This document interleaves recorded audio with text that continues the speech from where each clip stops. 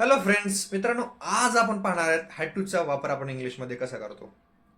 एखादी भूतकाळातली गरज आहे, एखादी भूतकाळातला संबंध आहे, एखादी भूतकाळातल्या अशा गोष्टी आहेत ज्या कारणामुळे आपल्याला एखादी गोष्ट करावी लागली, असं जेव्हा आपल्याला म्हणायचं असतं तेव्हा आपण हॅड टूचा वापर करतो. हॅड टूचा वापर करताना क्रियापदाचं पहिलं रूप हॅड टू सोबत आपण वापरतो.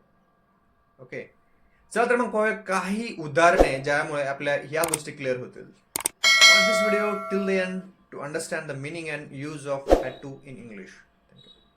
मला बाहेर जाण्यापूर्वी माझं काम पूर्ण करावं लागलं. I had to finish my homework before going out. मला जावं लागलं. I had to go. मला यावं लागलं. I had to come. तिला मीटिंगसाठी लवकर उठावं लागलं. She had to wake up early for the meeting. वाईट हवामानामुळं त्यांना ट्रिप कॅन्सल करावी लागली.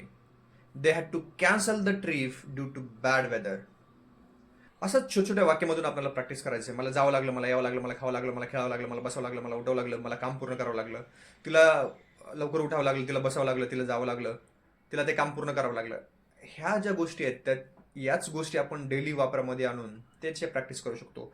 जोपर्यंत आपण प्रॅक्टिस करणार नाही तोपर्यंत आपल्याला त्या गोष्टीमधली फ्लुएन्स येणार नाही. सिम्पल गोष्ट आहे. मला जावं लागलं, आय हॅड टू गो. मला यावं लागलं, आय हॅड टू कम. एवढंच लक्षात ठेवायचं की हॅड टूचा वापर करताना आपल्याला क्रियापदाचं पहिलं रूप वापरायचं. जसं की आय हॅड टू प्ले, मला खेळावं लागलं.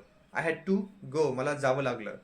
अशा छोट्या छोट्या वाक्याची प्रॅक्टिस करून आपण यामध्ये फ्लुएन्स आणू शकतो आणि आपल्याला प्रत्येक दिवशी आपल्याला एक टॉपिक घ्यायचा आणि त्याच्यावर प्रॅक्टिस करायचं आणि ती फ्लुएन्सी आपल्याला मिळवायचं आहे. जेव्हा तुम्ही असं कराल तेव्हा नक्कीच आपल्याला इंग्लिश येईल.